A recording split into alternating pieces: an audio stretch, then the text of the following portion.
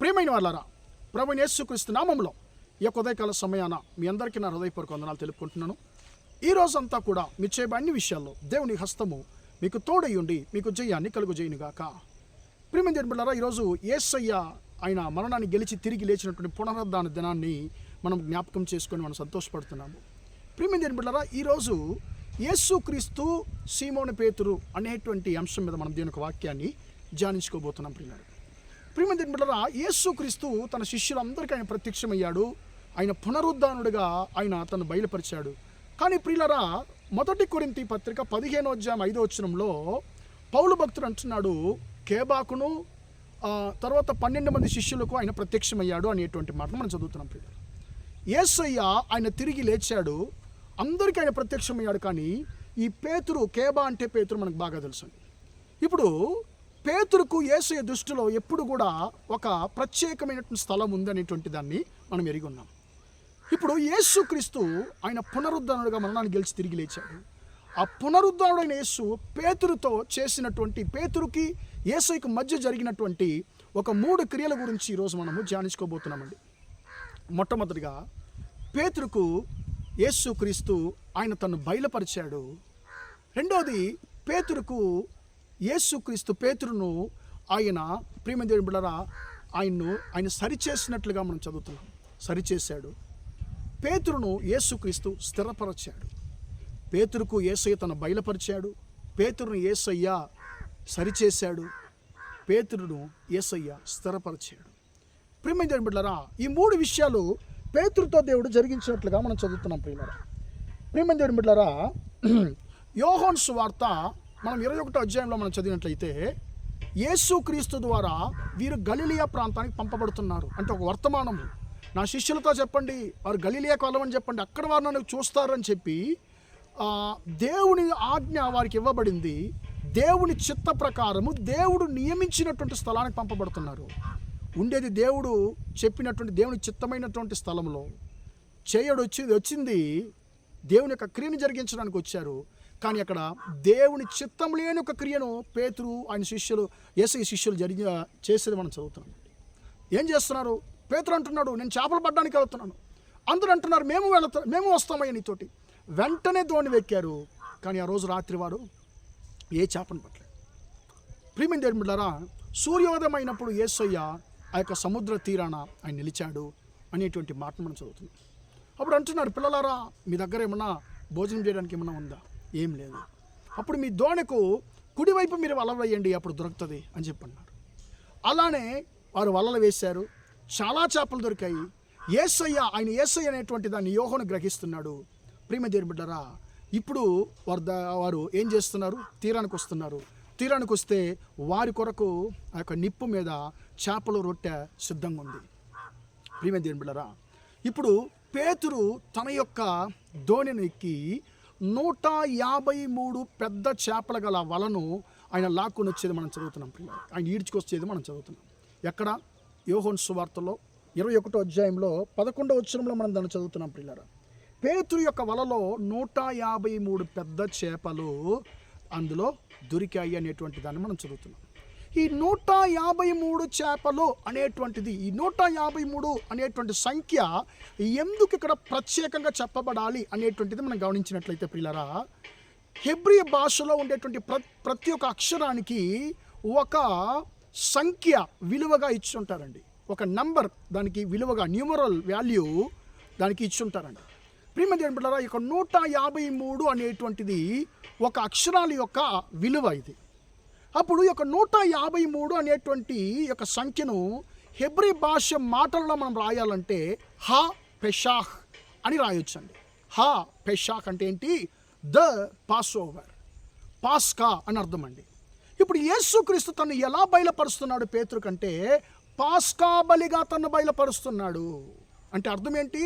ఆ పాస్కా బలి ద్వారా ఇశ్రాయేలీలు ఐగుప్తు దేశం నుంచి విమోచించబడ్డారు, ఒక విడుదలను పొందారు. ఇప్పుడు యేసయ్య పేతురుతో ఏ విషయాన్ని చెప్పడానికి ఆయన ఇష్టపడుతున్నంటే, నేనే విమోచకుడను, నేనే పాస్కా బలిని, నా నుండి నువ్వు దూరం అవ్వద్దు అనేటువంటి సందేశాన్ని పేతురుతో యేసయ్య మాట్లాడుతున్నాడు. పేతురుకు తను యేసయ్య బయలుపరిచేది చదువుతున్నాం ప్రియులారా.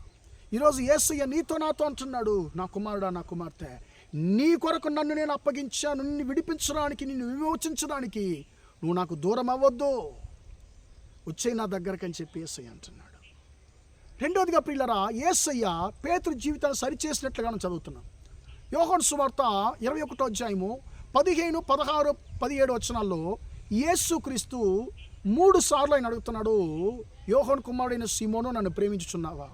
అవునయ్యా, నేను నిన్ను ప్రేమిస్తున్నాను. నన్ను ప్రేమిస్తున్నావా? వీరందరిలో నువ్వు నన్ను ప్రేమిస్తున్నావు మొదటిసారి అడుగుతున్నాడు. రెండోసారి, మూడోసారి నన్ను ప్రేమించుచున్నావు అని అడుగుతున్నాడు. ఈయన నన్ను ప్రేమిస్తున్నాను అంటున్నాడు. కానీ ప్రియమైన దేవుని బిడ్డలారా, గ్రీక్ భాషలో మీరు చదివినట్లయితే యేసయ్య అడిగినటువంటి ఆ ప్రేమ అగాపే అని చెప్పబడుతుందండి. అగాపే అంటే ఏంటి? దేవుని ప్రేమ నీలో ఉందా? పేతురు, నా మీద నీకు ఎలాంటి ప్రేమ ఉంది? గ్రీక్ భాషలో ప్రియులరా 4 విధాలైనటువంటి ప్రేమలు చెప్పబడుతున్నాయండి. మొట్టమొదటిగా ప్రియమైన దేవుని బిడ్డలారా ఎరోస్, ప్రియమైన దేవుని బిడ్డలారా, రెండోది స్టార్జ్, మూడోది ఫిలియా, నాలుగోది అగాపే. ఈ అగాపే అనేది ప్రియమైన దేవుని బిడ్డలారా దేవుని ప్రేమ మారనిది, స్థిరమైనది. ప్రియమైన దేవుని బిడ్డలారా, దేనిని ఎదురు చూడదు, ప్రతిఫలాన్ని ఎదురు చూసే ప్రేమ కాదు అది మారనిది, నిత్యమైంది దేవుని ప్రేమ. అప్పుడు ఆ దేవుని యొక్క ప్రేమ నీలో ఉందా? నా మీద నీకు ఉందా అని అడుగుతున్నాడు. ఈయన అంటున్నాడు, ప్రేమ ఉంది. ఎలాంటి ప్రేమ అంటే ఫిలియో అనేటువంటి ప్రేమ ఉంది. ఇదేంటి? స్నేహితుల మధ్య ఉండేటువంటి ప్రేమ. ఇది ఫిలియో అనేటువంటిది స్నేహితుల మధ్య ఉండేటువంటి ప్రేమ అండి. అంటే అది పైనే ఉంటుంది, పైగా ఉంటుంది. అప్పుడు ఏంటి? నాలో ప్రేమ ఉందయ్యా, కానీ నువ్వు ఎదురు చూసేటువంటి దేవుని ప్రేమ లేదు, ఏదో కొంచెం ప్రేమ ఉంది.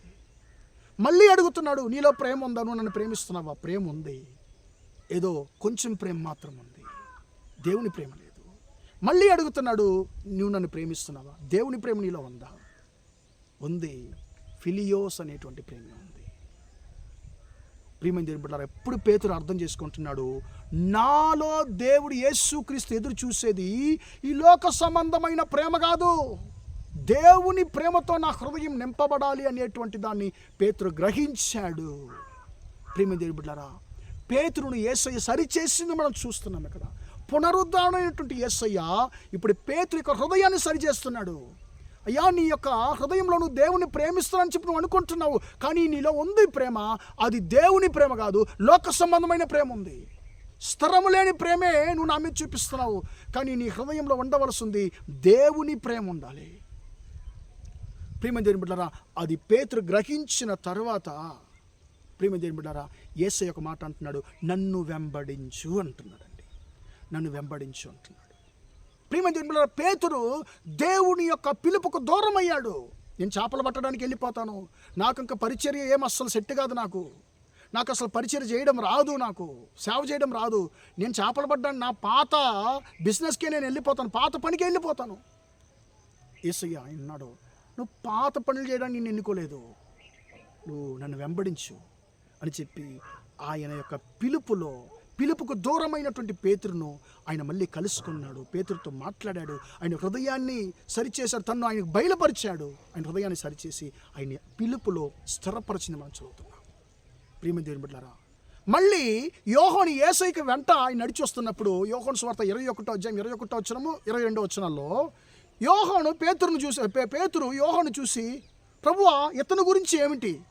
ఇతనికి ఏం జరుగుతుంది చెప్పయ్యా అంటే, అతనికి ఏం జరిగితే నీకేమి? నువ్వు నన్ను వెంబడించు, నువ్వు చూడవలసిన మనుషుల్ని కాదు, నన్ను మాత్రమే నువ్వు చూడాలి.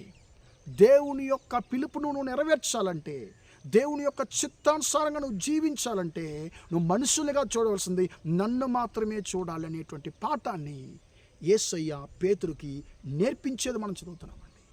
నువ్వు దేవుని యొక్క పిలుపును నెరవేర్చాలంటే నువ్వు నన్ను మాత్రమే చూడాలి, నా పిలుపుని నెరవేర్చాలంటే నువ్వు నన్ను మాత్రమే చూడాలి అనేటువంటి పాఠాన్ని యేసయ్య ఆయనకు నేర్పించి దేవుని యొక్క పిలుపులో ఆయన స్థిరపరిచేది మనం చదువుతున్నాం. ప్రియమైన దేవుని బిడ్డలారా, పునరుద్ధరణైన యేసు పేతురుకు తన్ను విమోచకుడుగా బయలుపరుస్తున్నాడు, పస్కా బలిగా. పునరుద్ధరణైన యేసయ్య పేతురు యొక్క హృదయాన్ని సరిచేస్తున్నాడు. పునరుద్ధరణుడైన యేసయ్య పేతురు పిలుపుకు దూరమైనటువంటి పేతురును పిలుపులో మళ్ళీ స్థిరపరుస్తున్నాడు. ప్రియమైన దేవుని బిడ్డలారా, యేసయ్య మన హృదయాన్ని కూడా, మన జీవితాన్ని కూడా స్థిరపరచునుగాక, సరిచేయునుగాక. ప్రార్థన చేద్దామా. అయ్యా, నీ చిత్తంలో తండ్రి నేను స్థిరంగా ఉండడానికి కృప దయచేయండి తండ్రి. దేవుని ప్రేమ నేను కలిగి ఉండడానికి కృప దయచేయని చెప్పి మనం ఆయన చూసి మనం మొరపెడదామా. ప్రార్థన చేద్దాం. ప్రేమగల మా తండ్రి, దయగల దేవ, ఇంతవరకు ఈ మాటలు విన్న తండ్రి, నీ బిడ్డలు మీరు దీవించండి, ఆశీర్వదించండి అయ్యా తండ్రి. పునరుద్ధరణటువంటి నీవు పేతురును తండ్రి, పేతురుకు నేను బయలుపరిచావు, విమోచకుడిగా బయలుపరిచావు తండ్రి. పునరుద్ధరణ నీవు తండ్రి పేతురు యొక్క హృదయాన్ని సరిచేసావు తండ్రి. పేతురు యొక్క పిలుపులో ఆయన స్థిరపరిచావు. అయ్యా, మా జీవితంలో కూడా స్థిరం లేని మా జీవితాలని, స్థిరం లేని మా హృదయాల్ని తండ్రి నీ యొక్క దైవిక ప్రేమతో నింపి మా హృదయాన్ని స్థిరపరచని, మా జీవితాన్ని స్థిరపరచమని ప్రార్థిస్తున్నాను తండ్రి. యొక్క పునరుద్ధాన దినపు యొక్క ఆశీర్వాదాలు తండ్రి ఈ యొక్క మాటలు వింటున్న ప్రతి ఒక్కరికి కలుగునుగా కానీ ప్రార్థిస్తున్నాను అయ్యా. స్తోత్రం. మా సహోదర సహోదరులు చేసే అన్ని విషయాల్లో మీ హస్తం తోడును ఆశీర్వదించమని యేసయ్య నామములో ప్రార్థించి అడిగి వేడుకుంటున్నాను తండ్రి. ఆమేన్, ఆమేన్. ప్రియమైన వాళ్ళరా, దేవుడు మిమ్మల్ని దీవించి ఆశీర్వదించును గాక. Praise the Lord, praise the lord.